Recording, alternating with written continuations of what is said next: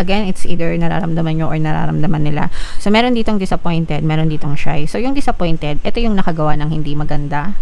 Ay, hindi. Ito yung shy, ito yung nakagawa ng hindi maganda. Yung disappointed, ito yung nagawa ng hindi maganda. So, ibig sabihin, for example, yung person mo may nagawang hindi maganda sa'yo. May nagawang hindi maganda sa relasyon nyo, nahihiya siya sa'yo, and ikaw naman disappointed ka dahil sa ginawa niya sa'yo, okay? Or pwedeng baliktad, pwedeng ikaw yung may nagawa sa kanya na hindi maganda, so disappointed siya sa'yo dahil sa nagawa mo.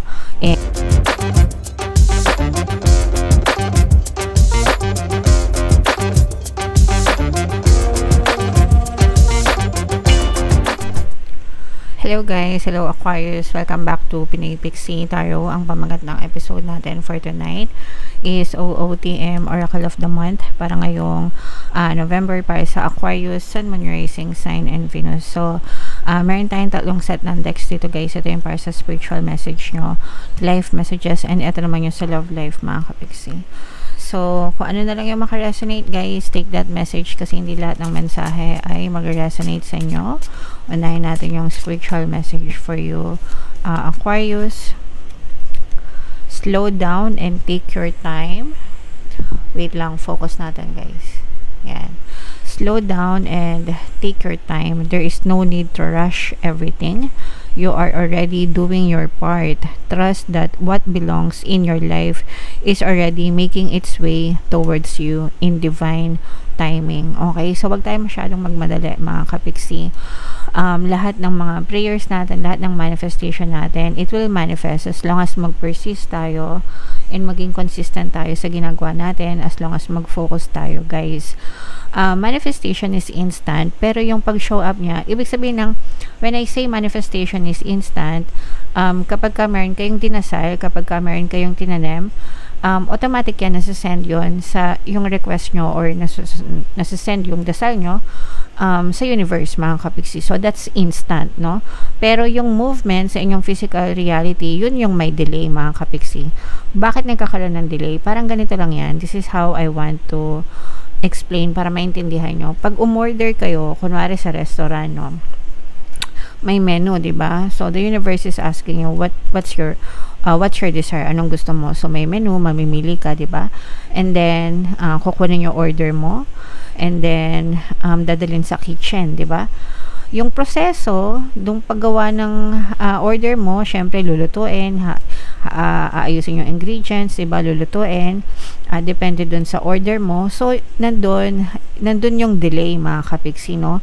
Yung proseso na yun, hindi mo nakikita. Yung proseso ng pagluluto sa kitchen, hindi mo yun nakikita. But, that's the process of the universe. Na akala natin walang movement kasi hindi natin nakikita sa physical reality. But, everything is happening in the background, no? That's the universe cooking kung ano yung food or yung manifestation na in order mo. And then kapag ka ready na, kompleto na yung rekado, di ba? Naluto na, tama na sa timpla, tsaka ngayon i-deliver sa inyo and tsaka nyo siya makakain. So ganun yung proseso ng manifestation. So even if wala kayong nakikita sa inyong physical reality na movement, it doesn't mean na hindi siya nagmamanifest. It doesn't mean na it's not working, no? Ang role nyo is to declare what you want and focus on it and wait until it's being delivered to you. That's your part, that's your role, mga kapixie. Ang importante is magkaroon kayo ng tiwala, guys, no? Wag mainip, magkaroon ng tiwala, trust the universe, trust the divine, trust the process. Palagi nyo yan naririnig dito. And kapag ready na, guys, no, it will definitely show up in your physical reality. Syempre, guys, ano yan, yung movement niyan, depende kung gaano kakomplikado yung mga request nyo, di ba? Depende kung gaano kadali yung mga request, at saka depende kung gaano kalaki or karami yung mga blocks nyo. Kasi may mga blocks kayo, guys. May mga balakid kayo, may mga mental blocks kayo, may mga subconscious blocks kayo. Depende sa programming na nakatanim sa subconscious mind nyo. So, those are your blocks. and yun yung nagkukos din ng maaring delay for your manifestation. But again, no, everything will always work out for you. Dadating at dadating yan, basta magtiwala kayo mga kapiksi. Alright? Sana naintindihan nyo guys, kasi marami ditong naninega kapag hindi agad nakakapag-manifest mga kapiksi. So, yung next message naman natin is yung life messages. Habang sinashuffle ko to guys, panoorin nyo muna yung video natin regarding sa ating paano mag-manifest ng abundance video course. Kapiksi, sawa ka na ba sa mga struggles at hirap sa buhay mo? Masipag ka ba at masikap sa buhay ngunit hindi ka pa rin umaasenso? Ilang beses ka na bang nag-attempt mag-negosyo at mag-invest pero palagi ka pa rin nalulugi? Sa pagkakataon na ito ay maaaring may subconscious beliefs ka na nagiging balakid sa iyong pag-unlad at pagyaman. Introducing, paano mag-manifest ng abundance video course. Dito ay matututunan mong ma-overcome ang mga balakid mo para tuluyan ka ng umunlad, umasenso, sumagana, maging matagumpay, successful at maswerte sa iyong kabuhayan, pera, trabaho, negosyo sa lapi at kaperahan ng bonggang-bongga. Dali, mag-send na ng email sa pinoypixie@gmail.com at simulan na ang iyong pagyaman ngayon. Alright, so sa lahat ng gusto mag-avail ng course, mayroon tayong paano mag-manifest ng abundance video course, paano mawala ang third party at magkaroon ng harmonious na relationship, paano pabalikin si ex, revise breakup. Sa mga interesado guys, mag-send lang kayo ng email sa pinoypixie@gmail.com. And eto guys, yung ating live messages, no? We have thinker and we have co-create. Etong thinker mga kapiksi, ito yung pag-iisip. It's okay na mag-think, mag-isip. Huwag lang kayong mag-overthink ng negative mga kapiksi. Okay?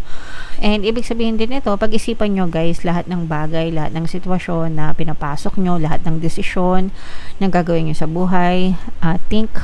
Think before you click, think before you speak. Lahat guys, pag-isipan nyo bago nyo gawin para hindi kayo magsisi sa huli, kasi 'di ba, kaya nga sinasabi na sa huli yung pagsisisi.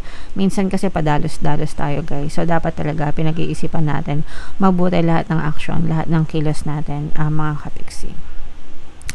And ito nga yung co-create, no, na sinasabi ko, may bahagi kayo sa creation ng buhay nyo, sa mga manifestation nyo, mga kapiksi. And yung inyong role is to declare what you want. Mga kapiksi, no? You are already doing your part, diba? Declare what you want, send it out to the universe, and then sa universe, ang magdi-deliver sa inyo in perfect timing. So, eto guys, pag sinabing co-create, it's 50-50 mga kapiksi pagdating sa mga manifestations natin, sa mga pinagdadasal natin. So, yung 50% galing sa'yo, and yung another 50% is galing sa universe mga kapiksi. And again, no, ang role mo is to declare what you want, identify what you want, declare, and send it out to the universe, okay? And do everything in your part sa physical reality mo, yung mga kilos mo, yung mga iniisip mo, yung mga galaw mo, dapat palagi siyang aligned dun sa desire mo, dun sa goal mo, okay? And the universe will definitely move things, people, situation sa paligid mo, no, para mag-manifest yung mga hinihiling mo sa kanya. And then kapag perfect timing, yung sinasabing perfect timing dito, kapag luto na, no, lahat luto na, and then it will be delivered to you mga kapiksi. Okay? So that's the process of creation ng ating mga gustong marating or gusto mangyari sa buhay natin guys. Okay? So it's always 50% from you and 50% from the universe. So make sure na yung 50% mo is ginagawa mo lahat, ginagampanan mo lahat guys. And ang importante, wag maging atat. Okay? Alright. So yeah. And ito naman guys, yung sa love life naman, tingnan naman natin yung mga emosyon, no, na nakapaloob sa love life nyo mga kapiksi. And habang sinashuffle natin to guys, sa mga naghahanap ng pampaswerte na lucky charms or lucky bracelet, may mga items na may kita kayo guys sa description box nitong video, Aventurin at saka Sutrin yung recommended ko mga kapiksi. So punta na kayo sa description box. So, ito naman yung nararamdaman nyo, guys. Again, it's either nararamdaman nyo or nararamdaman nila. So, meron ditong disappointed, meron ditong shy. So, yung disappointed, ito yung nakagawa ng hindi maganda. Ay, hindi. Ito yung shy, ito yung nakagawa ng hindi maganda. Yung disappointed, ito yung nagawa ng hindi maganda.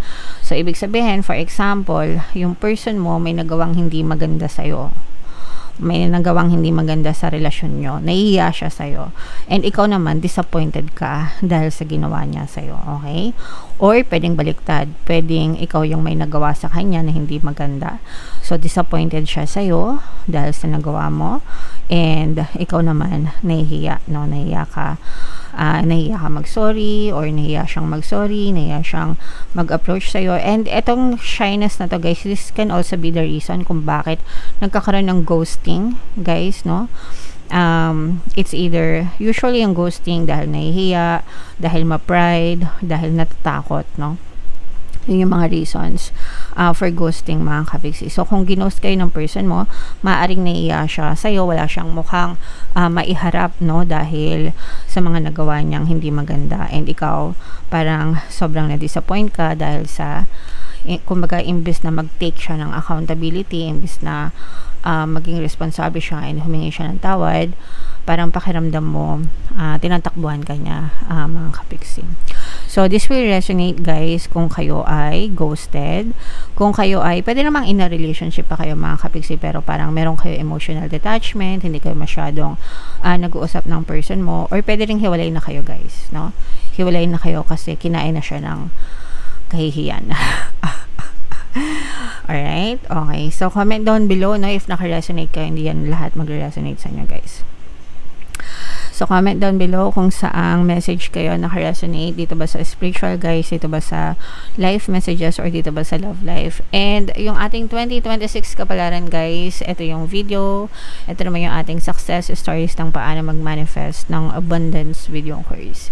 Click here to subscribe, guys. Thank you for liking, sharing, and subscribing. See you next time. I love you all. Have a nice day. Bye-bye.